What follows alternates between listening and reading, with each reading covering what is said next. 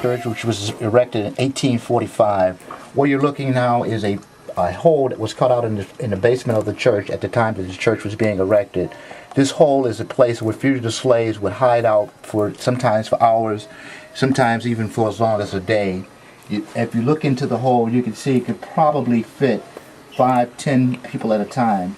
Very uncomfortable, but they had to do so because the reasons being is bounty hunters were in town looking for fugitive slaves, and this was the place that they held out in the sacred church. The Niagra movement.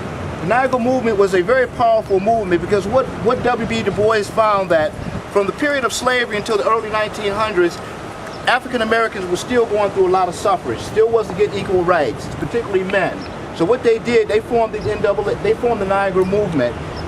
You had the likes of that was worshipped in this church or came through this church: Booker T. Washington, Frederick Douglass, William Wells Brown, Adam Clayton Powell Sr. We had a lot of powerful people that was instrumental in this church. Now, people probably my age, remember back in the 60s, you had 4 little girls who tried to go to a school in Arkansas and they refused to, had to bring in the National Guards. Well, believe it or not, in the late 1800s, Mrs. Tauber was assistant principal in Arkansas. So you see how we went to that milestone to go backwards, only to try to come back forward again. In 1905, as a result of what Booker T. Washington was doing, Booker T. Washington was going throughout the country, more or less telling African Americans education wasn't important.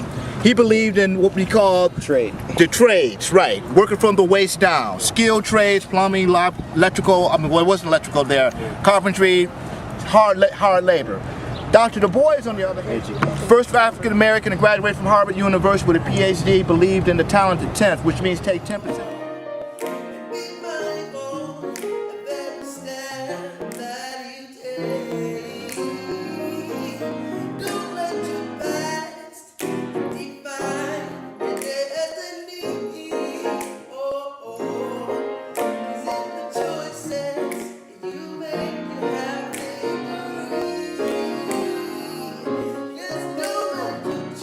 There were 4 gentlemen who started the initial Niagra movement. W.B. Du Bois, as we know, was the first African American to graduate from Harvard University with a PhD. He had a classmate by the name of Monroe Trotter, who was also a graduate from Harvard University. Those 2 gentlemen, along with John Hope and Frederick McGee, came together to form what we know now, what we knew then was the Niagra movement. They came together to form what they called the Declaration of Principles. The Declaration of Principles was a very, very powerful declaration that it gave us as people of color a basis by how we should live, how we should raise our children, our responsibility to work, our responsibility to the church, our responsibility to the community. Very, very powerful. What Dr. Du Bois did back then was very, very powerful in that you had put these principles together. And had we abided by those principles, you would probably see us as people of color living a much, much stronger, much more broader lifestyle than we are now.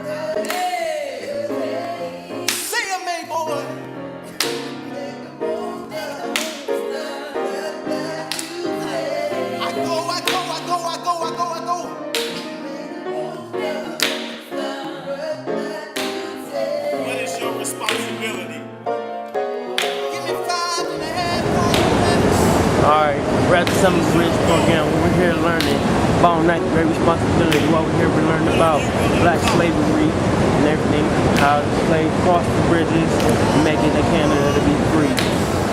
I love to be here. And the one thing we learned, 5 and 40 credits to make it to the 10th grade.